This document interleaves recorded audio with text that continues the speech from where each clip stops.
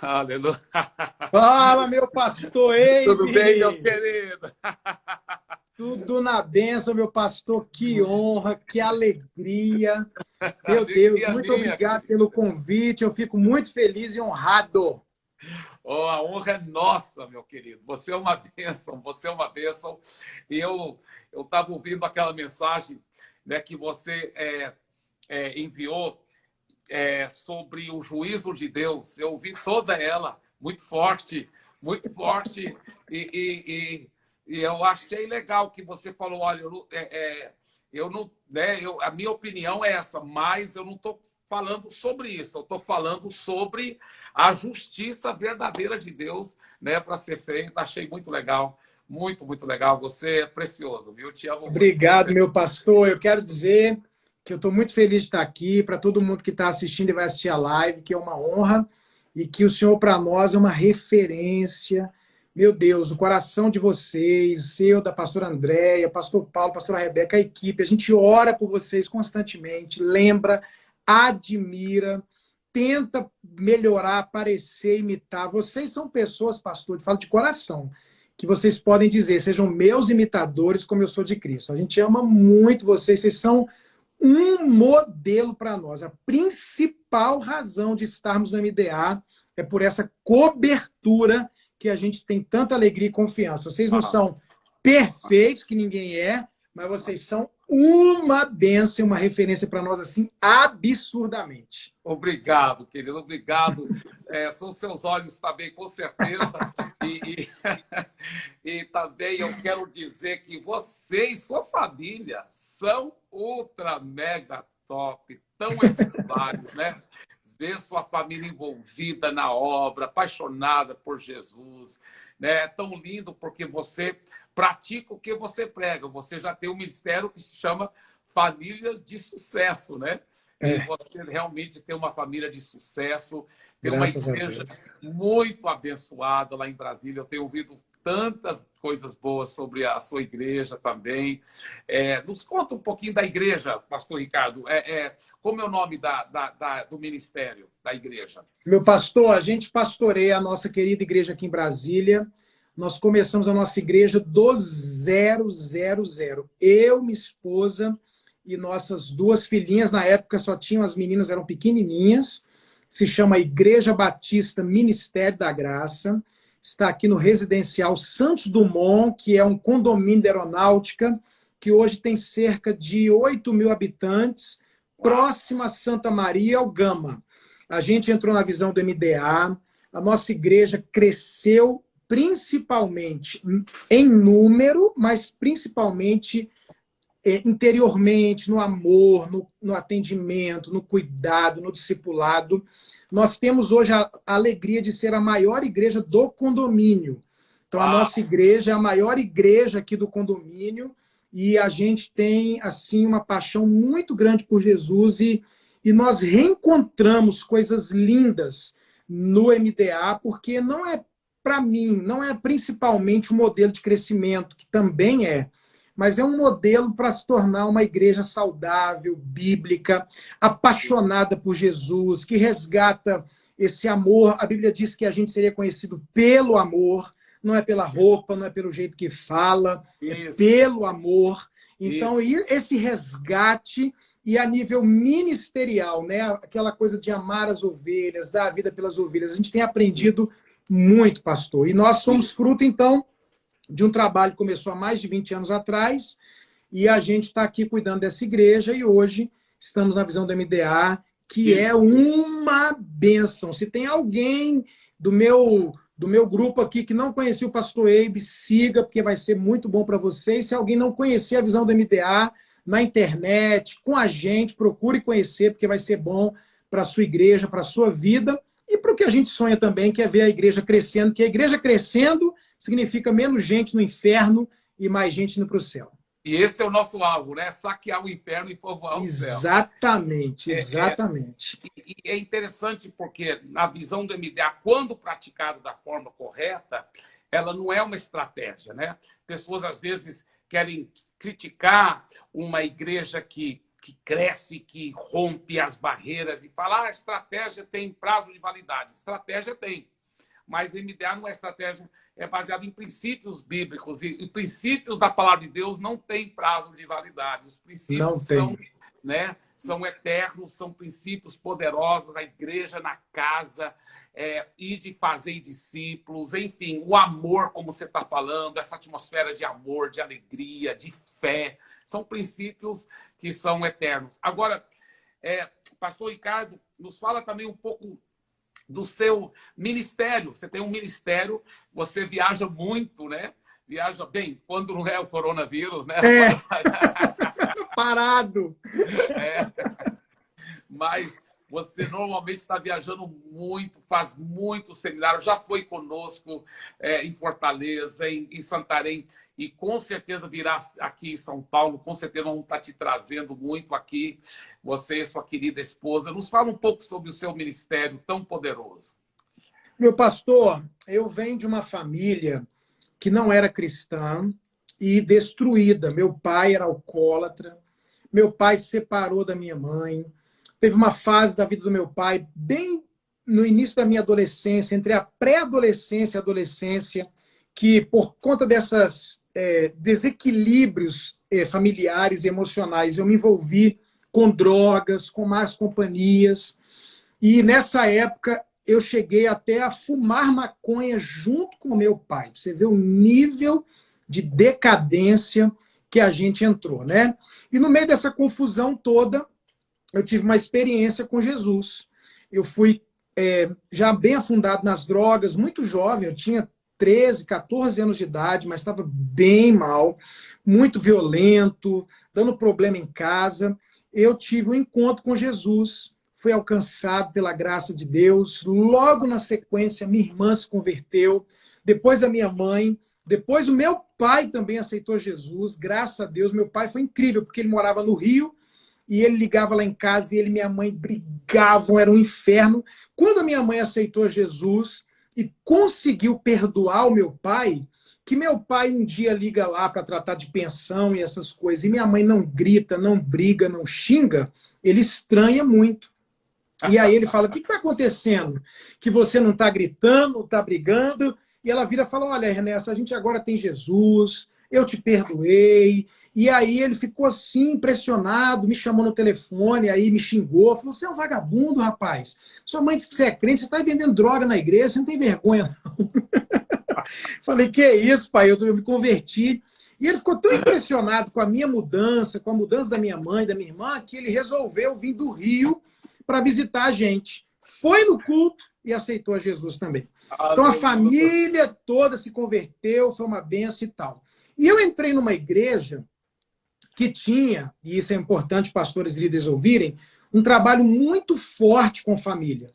Então, meu pastor, na época, todo mês, um domingo era reservado só para ensinar princípios de família. Era todo primeiro domingo do mês, a gente sabia que a mensagem seria alguma coisa na área da família. Fora isso, ele fazia um congresso anual de família, um encontro de casais. E eu ali com já 16 anos, foi quando eu me converti, eu comecei a ouvir as pregações, as mensagens, os ensinos, e aquilo foi entrando. Graças a Deus, eu ainda era muito jovem. E a minha esposa, que na época também era um membro da igreja, estava lá, a gente se conheceu, ficamos próximos ao nosso pastor, que tinha uma família linda, tinham filhos que nunca se desviaram, sempre foram firmes, um casamento estruturado. A gente absorveu isso. E Glória. Quando a gente começou o ministério, a gente percebeu que toda vez que a gente, numa pregação, num dia dos namorados, fazendo um casamento como pastor, que a gente tocava no assunto, parece que havia uma graça de Deus para aquilo. E aí as coisas foram acontecendo, se abrindo, e quando a gente, há mais ou menos 16 anos atrás, a gente resolveu começar, por direção de Deus, por ver essa graça, o Ministério Família de Sucesso. Então, a gente começou Ministério Família de Sucesso, começamos a viajar aqui, ali, pregar num lugar, em outro, até que eu fui no nosso queridíssimo Luciano Subirá, preguei num congresso dele lá, Casa de Zadok, e lá foi assim um momento que teve uma explosão um pouco maior do ministério, e realmente, pastor, a gente tem viajado, com exceção do coronavírus, todo final de semana. É raríssimo ficar em Brasília. Isso a gente tem esse nível de viagem de 4, 5 anos para cá. E a gente tem sentido de Deus. Até meu discipulador nome dela, o pastor Sabá, eu conversei com ele conversou com o senhor também, e nos liberou, nos abençoou para estar um pouco mais servindo. A gente reserva domingo, terça, as reuniões de liderança com a igreja, levantamos um casal para estar mais à frente, mas sentimos que é um tempo mesmo de ministrar as famílias. Então, se alguém quiser conhecer a gente, é fácil. Colocou Família de Sucesso no YouTube, no Instagram, acha a gente lá. E é verdade mesmo. Inclusive, você tem uma graça, você e sua esposa têm uma unção em todas as áreas, mas nesta área da família é muito forte. Eu amo ouvir você pregar sobre isso e sobre tudo, né? Você tem realmente uma palavra muito, muito boa, e eu estou olhando com expectativa você, depois da nossa inauguração aqui, em nome de Jesus, vai acontecer logo após Amém. essa fase do coronavírus. Nossa inauguração vai acontecer e nós estamos olhando com muita expectativa a sua vinda aqui, né? E nos conta um pouco sobre a sua família, né? Você falou das suas filhas mais velhas, mas depois nasceu os filhos também, né? Fala sobre isso. Fala. Meu pastor, nós temos 4 filhos lindos. A Maísa e a Bianca hoje são pastoras. Uau. Em julho do ano passado, a gente teve uma palavra de Deus. Foi uma coisa assim, meio... Eu estava orando e eu estava até pensando sobre isso, mas eu senti que tem que ser agora, esse mês. E aí eu já falei com meus pastores e eu falei, Deus, você vai ter que... As agendas vão ter que bater para eu ter aquela última confirmação. E tudo deu certo e a gente ungiu as meninas em julho. A Bibi, que é a pastora de jovens aqui na igreja, com 22 anos, apaixonada por Jesus, né? Tá com uma célula, a gente chama aqui de GC, Grupo Conexão, enorme, e ganhando almas, discipulando. No nosso último batismo, só do GC da Bianca, eu acho que tinham mais de 14 jovens que foram batizados, só de um GC dela. Foi uma bênção. E a gente está vivendo aqui com os jovens um avivamento, assim, tudo que eles vão fazer é para orar, é ler Bíblia, é unção, é avivamento, é muito gostoso.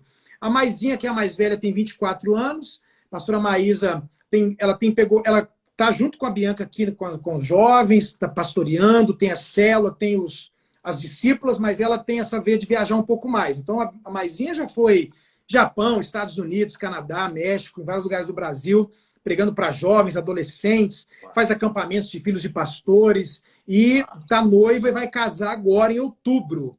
Maísa vai casar agora em outubro. As duas, pastor, nunca se desviaram, nunca namoraram, nunca ficaram, graças a Deus, pela misericórdia de Deus, sempre apaixonados por Jesus. Tivemos nossas fases de adolescência, quiseram, né, dar um trabalho, a gente até conta isso nos testemunhos, mas com oração, jejum, conversa, venceu. Na sequência veio o Ricardinho, de 19 anos, que esse ano assumiu a gerência do Família de Sucesso e a administração de todas as contas financeiras do Família de Sucesso da minha casa. Hoje, todas as senhas, tudo quem paga, quem resolve, é o Ricardinho.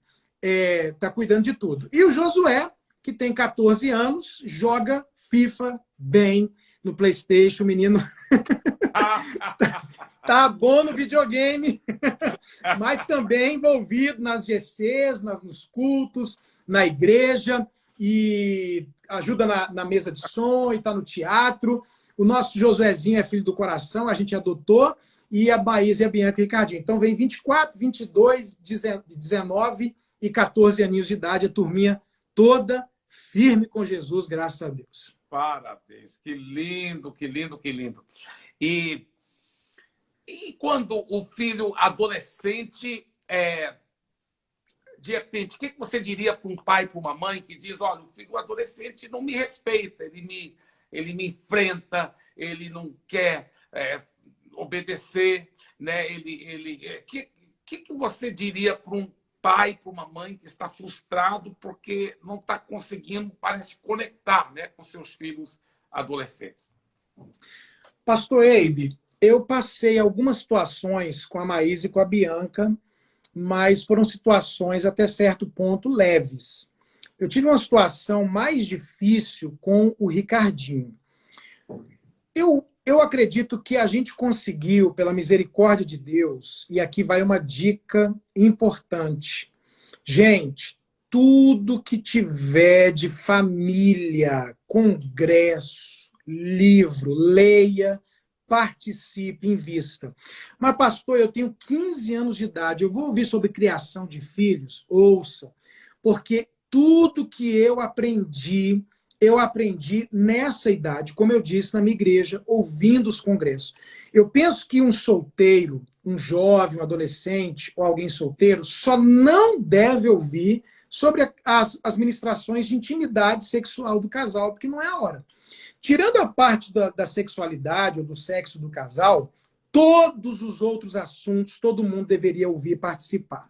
Como a gente ouviu bastante, recebeu e teve uma referência, nós conseguimos criar nos nossos meninos aqui uma amizade. Ao ponto de o Ricardinho teve uma fase que ele se desconectou da igreja, se desconectou de Deus, esfriou espiritualmente. E nós passamos ali mais ou menos um ano orando. E aí, claro, surge isso. Mau humor, não quer respeitar, quer entrar e ficar dentro do quarto sozinho. E a gente sempre firme, né? Eu penso que não deve haver grito, nem ignorância, mas deve haver respeito e firmeza. Firmeza, ser firme é uma coisa. Gritar, perder o controle é outra. Então, a gente estava na mesa do almoço. Ricardinho, eu não quero. Não, meu filho, sua presença é muito importante. A gente não abre mão, não vai ser a mesma coisa o almoço sem você. E aí, vem na marra, vem achando ruim, vem sabendo que não tem opção, fecha a cara e tal, às vezes na saída para um passeio, para o shopping, para casa de um amigo.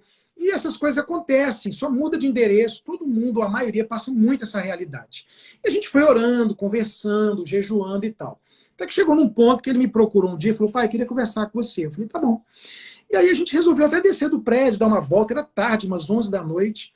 Ele foi me falando das tentações, das lutas, né? Muita pai, as meninas vêm em cima de mim, eu tô no colégio, ela senta no meu colo, entendeu? Do nada, e isso e aquilo, e foi falando, e eu tô pensando, o que eu vou falar para ele vencer?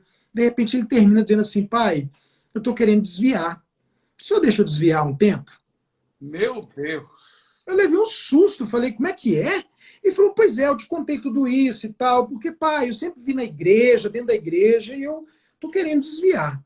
Aí eu falei, foi um susto, pastor, porque a gente, poxa, meus filhos foram criados, a gente na barriga ungindo, profetizando, entendeu? Nunca demos uma coisa assim absurda de motivo para falar, meu pai é mentiroso, hipócrita, nada disso. Então, erros, Não, defeitos. Não é porque eu estou na sua frente, mas vocês realmente têm um casamento exemplar, uma família exemplar. Pastor, assim, né? Tem seus problemas, mas, meu Deus, aí eu fiquei assim, chocado. Aí eu sei que depois eu chamei ele para conversar e falei assim, meu filho, deixa eu te falar uma coisa. E aí eu fui dar uma dose de realidade nele. Eu falei, meu filho, deixa eu te falar, não há opção para você se desviar enquanto você estiver na casa do papai, não. Não tem, papai, você está aqui dentro de casa, que você vai ser crente. Sua religião é essa, sua fé é essa. Enquanto você estiver aqui, o dia que você sair daqui é outra história. Mas eu vou te falar uma coisa, meu filho. Você está numa fase, eu não tenho como te controlar 24 horas, vírgula. Mas você tem que saber de uma coisa. Se você tomar um caminho, Ricardinho, fora da casa de Deus, fora da presença de Deus, você tem que saber, como homem, que as suas decisões têm consequências. E eu vou te falar algumas. Primeiro, eu não serei mais um pregador de família com um filho desviado dentro de casa. Eu não vou pregar sobre criação de filhos, casamento de sucesso e família de sucesso, se a minha família já não é mais um sucesso.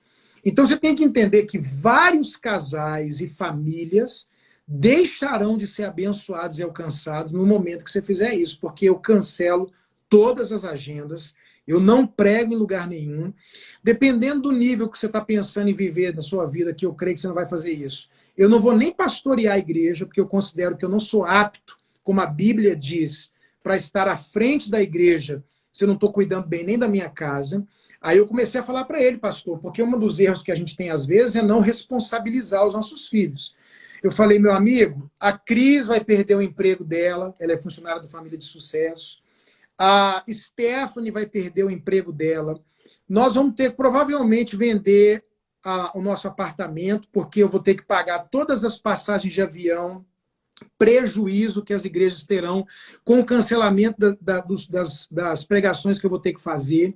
Outra coisa, amigão, eu vou colar em você. Acabou a viagem, acabou tudo. Eu vou ficar 24 horas do seu lado, te abraçando, te beijando, andando com você, profetizando a sua vida, até. Só que isso aí vai fazer com que suas irmãs não possam mais estar em faculdade particular, entendeu? Nós não vamos poder ter. E aí eu fui falando para ele. Ele abriu um olho desse tamanho. Eu falei, amigão, eu estou falando para você sério, porque tudo isso afeta nossas finanças, nossa vida, nosso trabalho. Tudo vai ser afetado. E não é só a sua decisão não afeta só você. Afeta seu pai, sua mãe, seus amigos, a igreja, famílias, casamentos e tal. Ele chegou na mãe dele depois e falou, meu Deus, mãe, meu pai pegou pesado demais, o povo da igreja vai perder o emprego, a Cris vai perder o emprego. Eu falei, mas é um fato.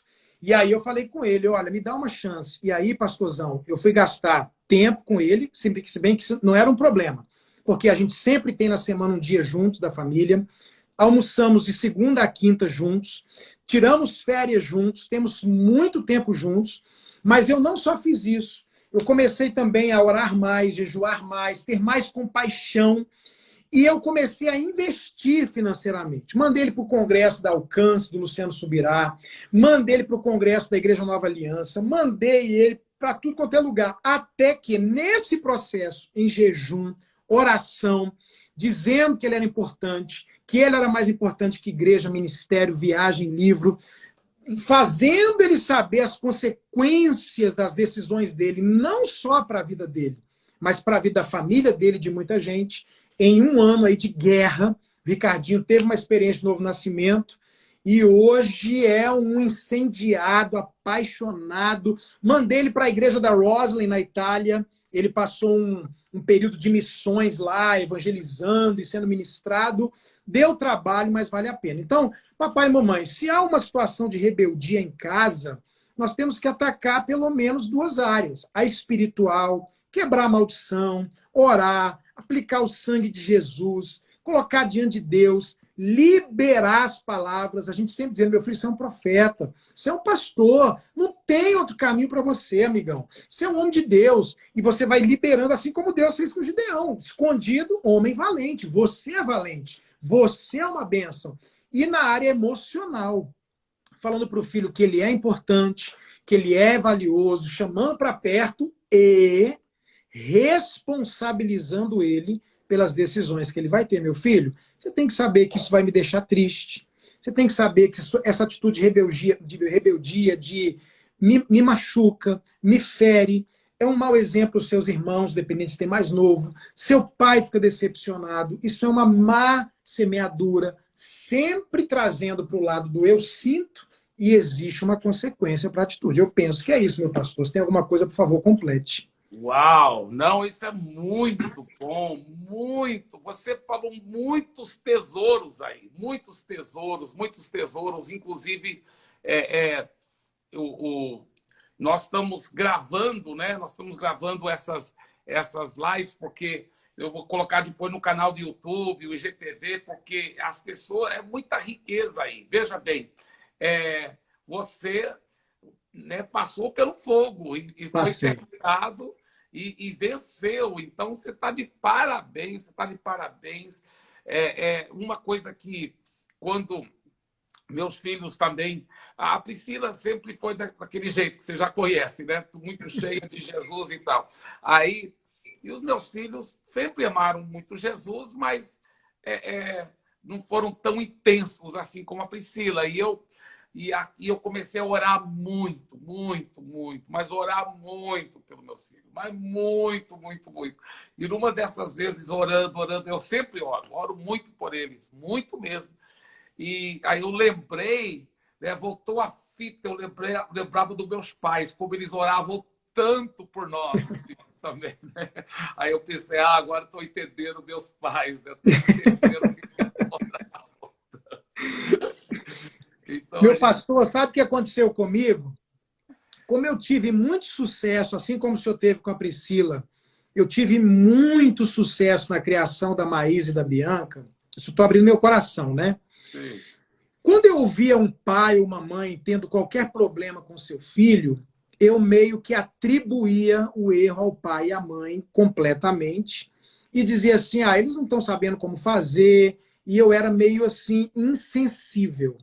Mas essa situação com o Ricardinho, pastor, me fez ter muita compaixão quando eu vivi, quando eu tive que muitas vezes no meu quarto e no hotel estar chorando e dizendo: Deus, eu preciso de um milagre na vida do meu filho, né? Porque eu tinha enviado ele lá para um congresso no Luciano e aí de repente, cara, como é que foi aí?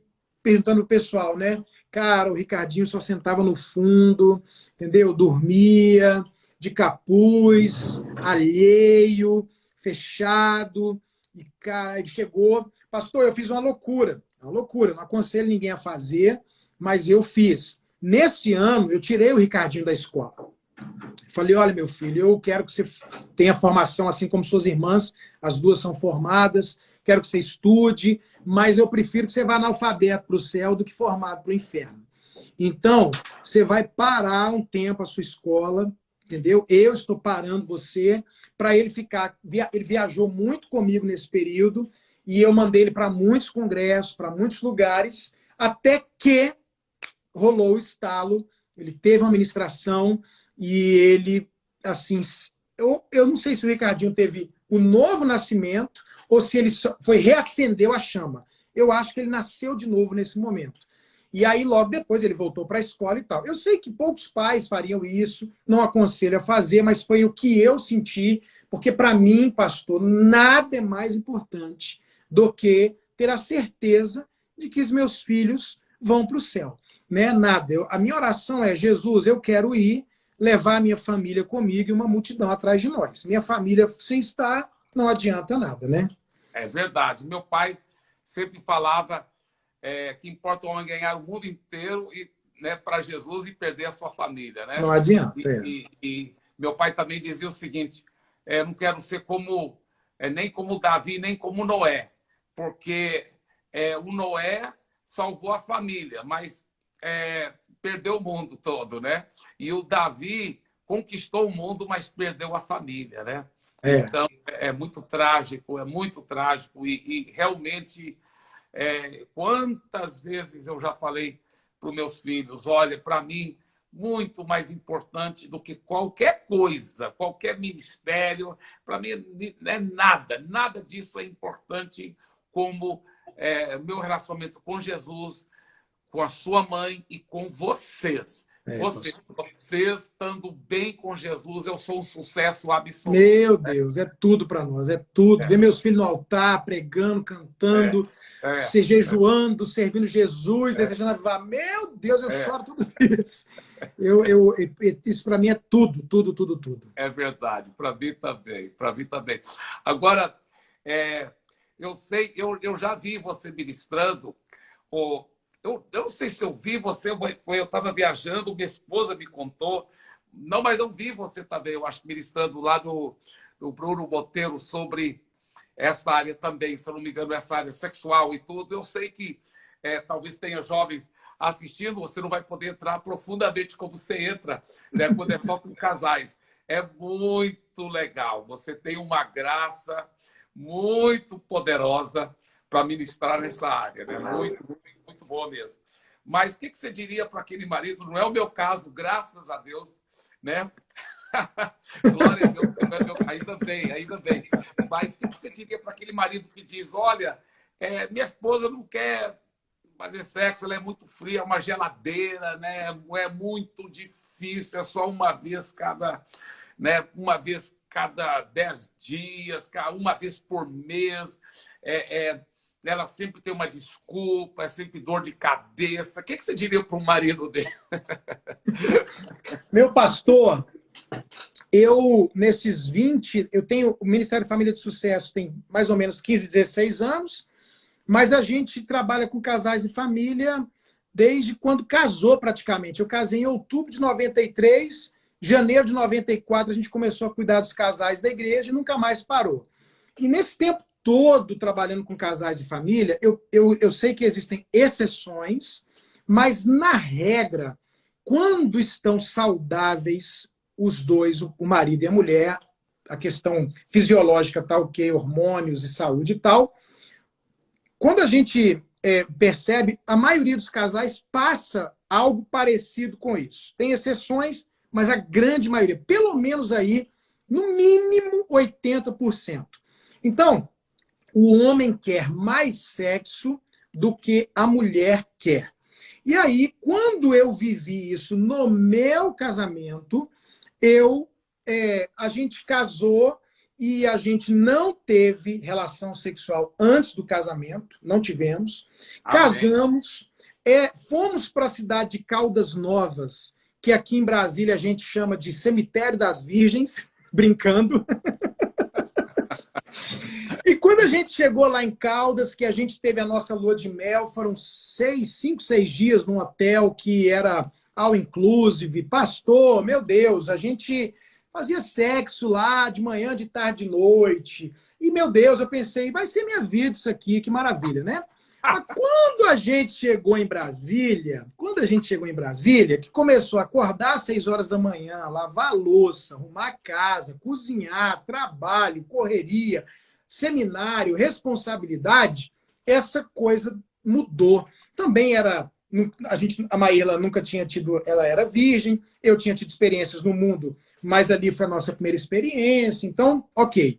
E aí comecei a ter aquelas noites que eu, quando prego sobre isso, eu falo, né? Às vezes o cara deita e fica pensando, será que hoje tem? Será que hoje não tem? E naquela que ele está na dúvida se vai rolar ou se não vai, ele ouve um ronco, né? Tipo, já era, não vai rolar. Quando eu passei por isso, eu fui ler, orar, estudar, conversar com meu pastor, fui numa consulta com ginecologista, até no sexólogo a gente foi para conversar.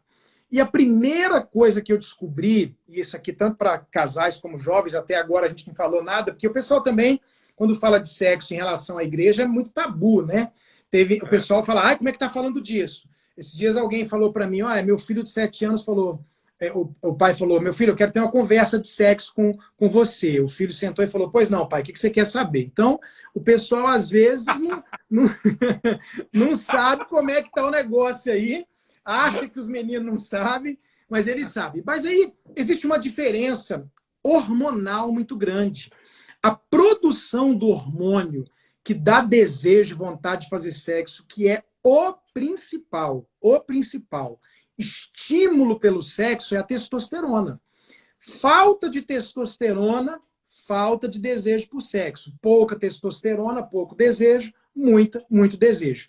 Então, o homem, ele produz, repito, num casal saudável, 10 a 20 vezes mais testosterona do que uma mulher. Então, a quantidade de hormônio no homem que lhe dá desejo por sexo é muito maior. Se a gente pudesse... a 20 vezes mais. Mais testosterona um homem tem do que a mulher.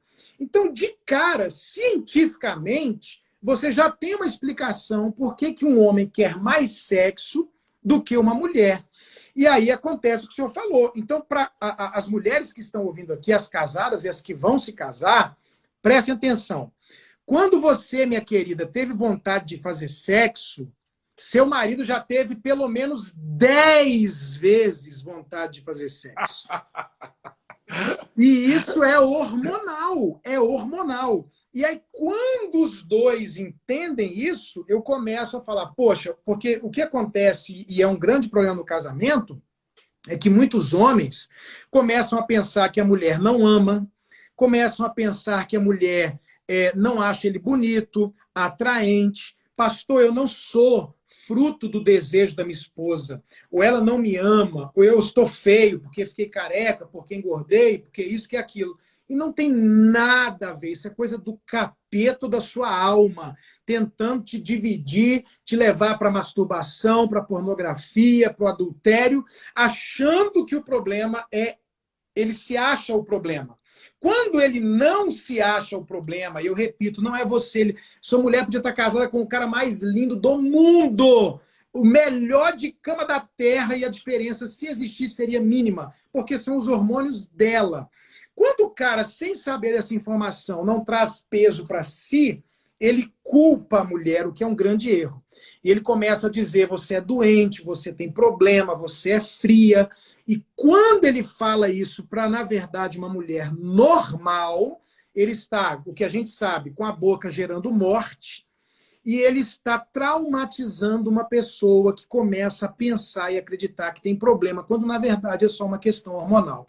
Então a gente fala sobre isso, eu tenho uma palavra nesse aspecto, né, sobre sexo, a gente fala que é a noite hot, rasgando o verbo sobre sexo, e a gente vai trazendo a explicação do hormônio, da necessidade, por exemplo, para a mulher não é uma necessidade, para o homem é, isso é nível fisiológico, tudo comprovado, aqui não dá para falar, como o senhor falou, né? A nível hormonal e a questão bíblica. E, gente, essa mensagem ela é libertadora, porque a gente consegue explicar, uau, não sabia, entendi, e resolver o problema de quem quer fazer sexo. Então, no fim da pregação, meu querido, você nunca mais vai ficar, quem do casal quer fazer sexo, sem sexo, e incrivelmente, sobrenaturalmente, quem não quer fazer, também nunca mais vai fazer. A gente tem uma solução que cabe e que casa para os dois. E para um dos maiores problemas, que é a falta de ajuste sexual. Mulheres que gostam de sexo, mulheres que querem sexo, mulheres que têm facilidade pelo orgasmo, são raras, raríssimas. Se a sua esposa é uma dessa, meu filho, eu quero te dar um conselho: nem conta, nem faz propaganda, deixa ninguém saber disso nunca.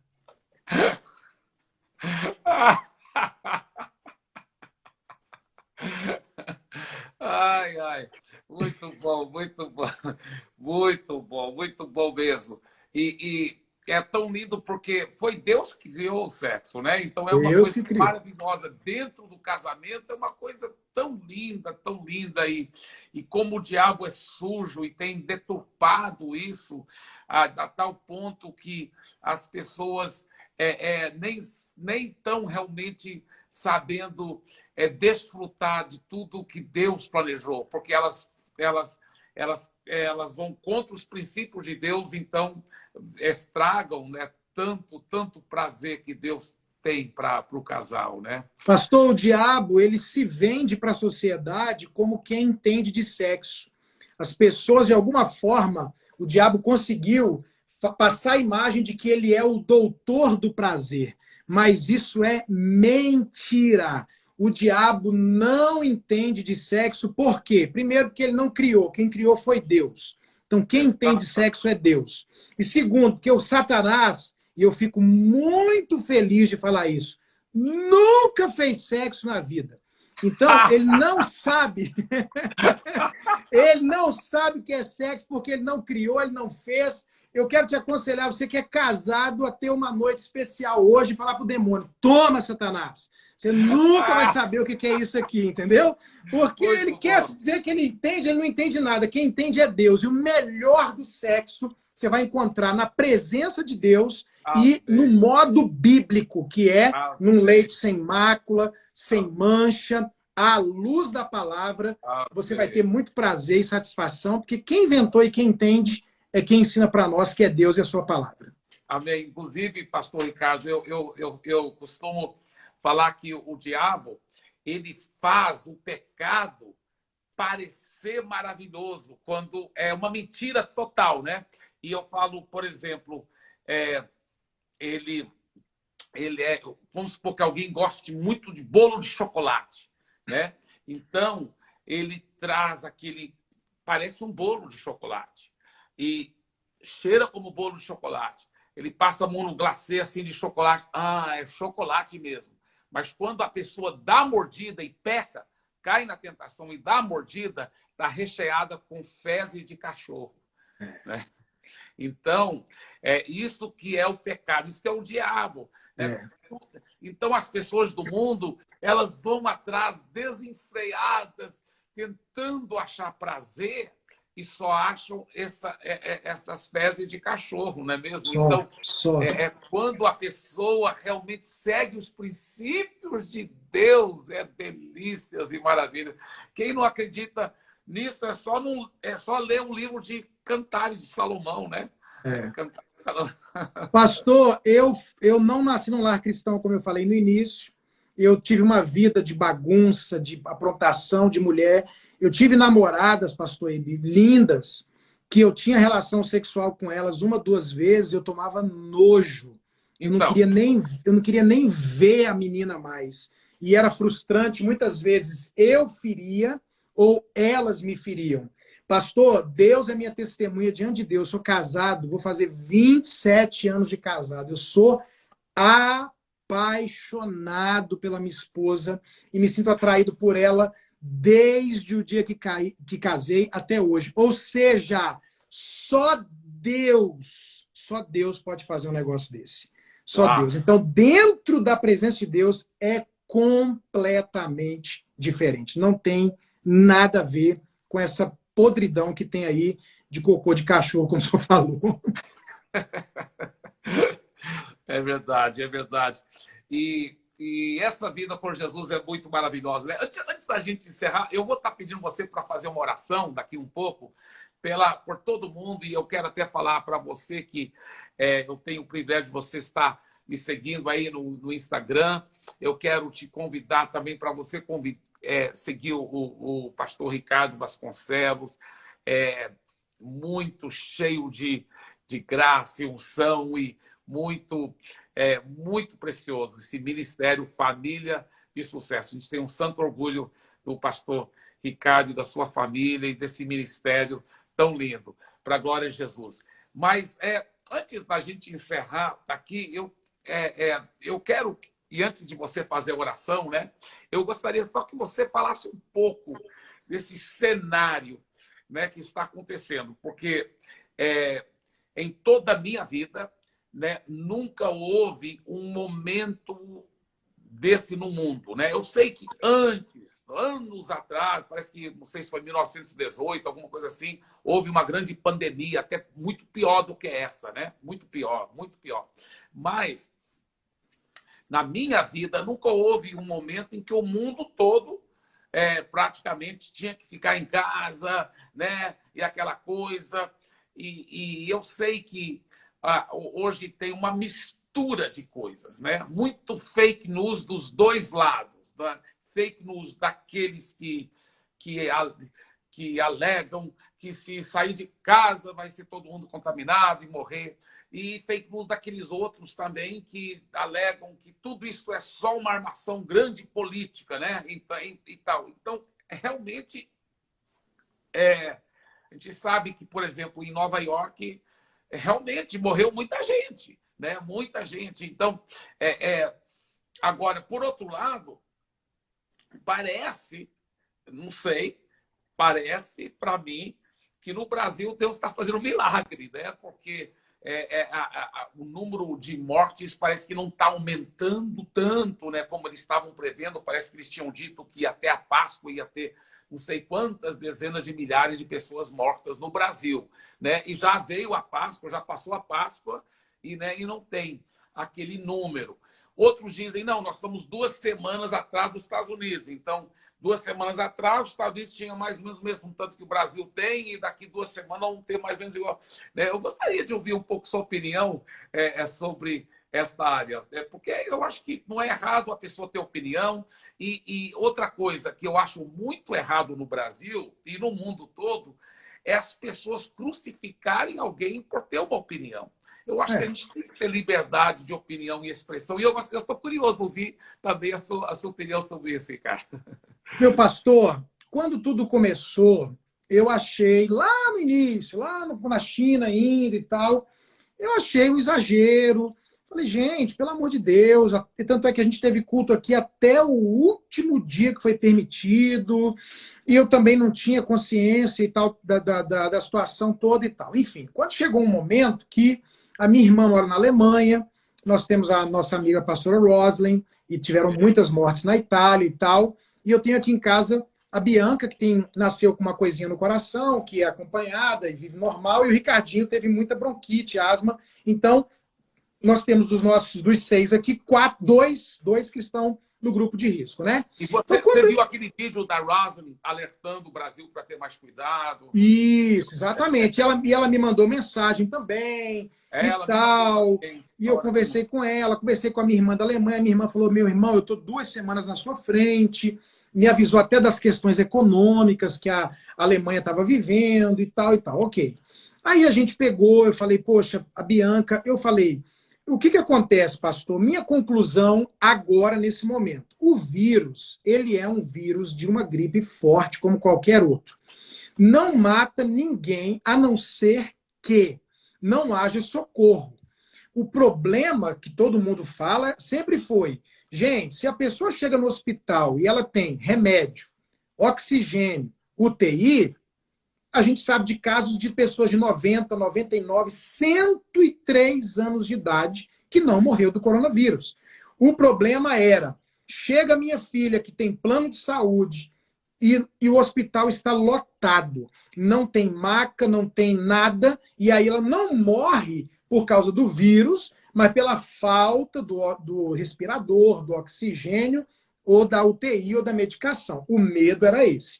Então, nós fomos radicais. Depois eu mudei meu posicionamento. Falei, gente, é o seguinte, Bianca, Ricardinho, não podemos brincar. Chega nos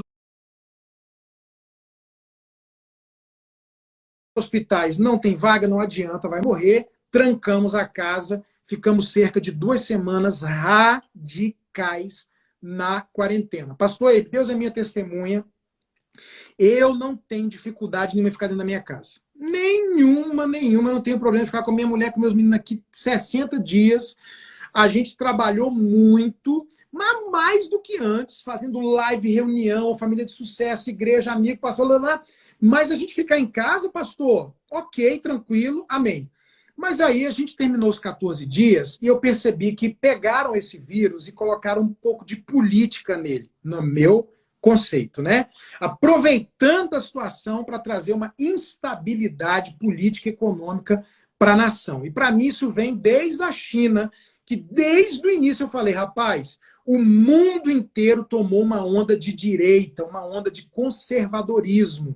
E de repente um vírus desse vem e desestabiliza todos os governos, todos os presidentes, inclusive essa onda da direita. Eu fiquei cismado com isso. Por causa disso, tomamos medidas e tal. Quando deu 14 dias, pastor, que eu vi que o negócio era exagerado, político, no Brasil nós temos, eu vi esse dado hoje, 12 mortes para 1 milhão de pessoas. É muito pouco. É muito pouco. Morre muito mais gente de gripe, de pneumonia, de dengue, de 1000 outras doenças. A morte nunca pode ser desvalorizada. Ah, morreu, qualquer um morre. Não. O que eu estou dizendo é o terror que é feito em cima do vírus. Então, pastor, 12 por 1 milhão. 1 Uau. milhão. 1 milhão. É muito pouco. Em relação aos países, a gente está, se não está em primeiro, está em segundo com menos problema. Aí, conversando com a Roslyn depois, eu falei, minha pastora, Brasil é diferente. Falei para ela, pastora, eu não sei se é a vitamina D, eu não sei se é que a gente tomou a BCG, eu não sei se é porque aqui é quente, eu não sei também, pastora, se nós tem mais imunidade, que aqui a gente cresceu pisando em prego, pisando em cocô de vaca, na fazenda, e tomando banho em corgo, entendeu? E aqui a gente toma água de torneira, cai no chão, nós... E aí vocês são mais educados e tal, talvez a gente tenha uma resistência maior, e nós temos, pastor, uma multidão de homens e mulheres de Deus orando, profetizando, jejuando. Então, para mim, a nível espiritual e também prático, relacional, físico, científico, não é igual aqui. Pastorzão, reuni minha família e falei, gente, sem quebrar as leis, acabou a quarentena aqui em casa. Tudo que é permitido fazer, vamos fazer. Fui jogar basquete com o Josué, fui comer churrasco na casa dos irmãos, fui jogar dominó, fomos fazer, só não sem culto, O que é proibido a gente não fez. O que é liberado a gente fez. Papai, e se alguém pegar... Como é que vai ser? Eu falei, não vamos pegar o coronavírus. E se pegar, não vai morrer. E se morrer, vai para o céu, criatura. Entendeu? Agora ficar aqui dentro de casa, trancado, refém, apoiando um negócio desse? Não. Vamos todo mundo para a rua e tá todo mundo, pastor, tem 20 dias na rua, não conheço ninguém que tem coronavírus, que em casa ninguém pegou nem gripe. Estamos vivendo. E eu estou riscando minha família. E falei, não vamos pegar, se pegar não vamos morrer, se morrer não vamos para o céu. Os hospitais estão vazios, tem leito, já tem essa cloroquina aí que descobriram, a economia tem que acontecer. Para mim, existe uma coisa política violenta, uma tentativa que eu estou orando, jejuando, e como eu disse naquela live, pedindo, Deus, se o Bolsonaro está enganando a gente, só o Senhor sabe. Se é o Maia, se é o Alcolumbre, se é quem quer que seja, eu quero que o justo juiz, o Senhor que sonda mente e coração, o Senhor vai trazer justiça para poder não atrapalhar o projeto de Deus para a nação, para a igreja e para a família. Então, seja quem for, eu tenho meu pensamento de quem seja, mas eu não sei. Seja quem for, que o Deus Todo-Poderoso, que quem está fazendo forcas, os Amãs que estão fazendo forcas para os Mordecais, se enforquem nelas, os Amãs. E que quem está planejando armadilhas e projetos contra o propósito de Deus, eles mesmos caem. A Bíblia diz, envergonhados e confundidos serão os nossos inimigos, reduzidos a nada e a coisa de nenhum valor os que fazem guerra contra nós. Então é isso que eu creio, é isso que eu acho. Por mim, tinha que ter, no máximo, a quarentena vertical, que é só quem está no grupo de risco, máscara, álcool em gel, todo amor, todo cuidado, mas não pode fazer o que está fazendo com o Brasil, com a economia. Eu acho muito fácil eu, que tenho condições, tenho cartão de crédito, tenho cheque especial, ou um funcionário público, fica em casa, né? E a secretária aqui de casa que vende bolo e perdeu todos os contratos e não faz faxina, o pedreiro, a pessoa que mora num cômodo com 5 pessoas, a minha empregada doméstica com 15 dias aqui me ligou, pastor, eu preciso trabalhar, eu tenho que pagar água, luz, telefone, comida, tudo, e aí? Então, a gente tem que ver os dois lados, né? Quem pode ficar em casa, meu filho, fique, mas não julgue quem não pode ficar em casa, porque tem gente que ou vai morrer de fome ou vai morrer do coronavírus. O cara está dentro da caverna com a família, ou ele vai caçar e traz a comida, arriscando morrer, ou então quem tem que sair para caçar, que saia com as devidas precauções, com as orientações. Mas uma coisa que eu não faço, pastor, é ver televisão, especialmente a Rede Globo. Só jorra sangue, só jorra negativismo, só jorra morte. A vontade que dá depois de assistir a Globo é de pular da janela, pelo amor de Deus, uai. Não, já que vou morrer, eu mesmo me mato. Está repreendido. A Bíblia diz, a boca fala do que o coração está cheio. Cuidado com o que está entrando no seu coração. Encha-se de fé, esperança, graça, profetiza milagre e creia em Malaquias 3,18. Existe uma diferença para quem serve e quem não serve a Deus. E quem é de Jesus e quem crê em Jesus e anda com Jesus vai viver essa diferença. Portas vão se abrir, caminhos vão se abrir. Deus é o Deus do sobrenatural e a gente vai experimentar isso em nome de Jesus. Amém. Eu creio isso. Alguém me perguntou esses dias, o que você realmente pensa sobre tudo isso? Eu falei, olha, pessoas talvez vão me até acusar de tentar espiritualizar a coisa, mas nunca na história do mundo houve um avanço tão poderoso do Evangelho. É por isso que muitos governos foram para a direita, até porque por causa dos valores conservador. Valores evangélicos. Um avanço do Evangelho no mundo todo. O diabo está apavorado. O diabo está apavorado, está fazendo o que ele pode fazer, praga, mas ele é um derrotado. Em nome de Jesus. Ele ficou apavorado, o diabo ficou endemoniado, mas ele já era. Já é um derrotado. Em nome de a Jesus. igreja vai continuar avançando, vai continuar conquistando vidas para Jesus no movimento. Amém. Aleluia. Pastor Ricardo, ore por nós. Amém. Ore por todos que estão aí ligados. Amém. Em nome de Jesus. Pai, obrigado de coração por essa noite, por esse período tão especial, por cada pessoa que está participando, ouviu e vai ouvir essa live. E nós queremos declarar que cada família aqui representada seja hoje visitada pelo Senhor com graça, fé, esperança, amor, misericórdia, bondade, milagre, sobrenatural. Casais, famílias, pais, filhos, sejam alcançados pela tua mão poderosa e famílias sejam abençoadas. Juntos abençoamos a nossa nação, o nosso governo, os poderes, as forças armadas. E, Senhor, cada indivíduo, cada pessoa, seja por ti hoje ministrado e abençoado. Em nome de Jesus. Amém e amém. Pastor Eide, obrigado. O Senhor é uma bênção. Continua. Nós estamos atrás, olhando. O Senhor é uma bênção, uma referência. É importantíssimo para a nação e para a igreja brasileira, com um coração lindo, lindo, lindo. Obrigado, eu te amo muito. Somos trocados, nós vamos estar sempre juntos, Ricardo. Muito, amém. Muito, eu te amo muito. Deus abençoe, brigadão. Um abraço, Deus abençoe. Tchau, querido. Tchau, Deus abençoe a todos. Amém, tchau.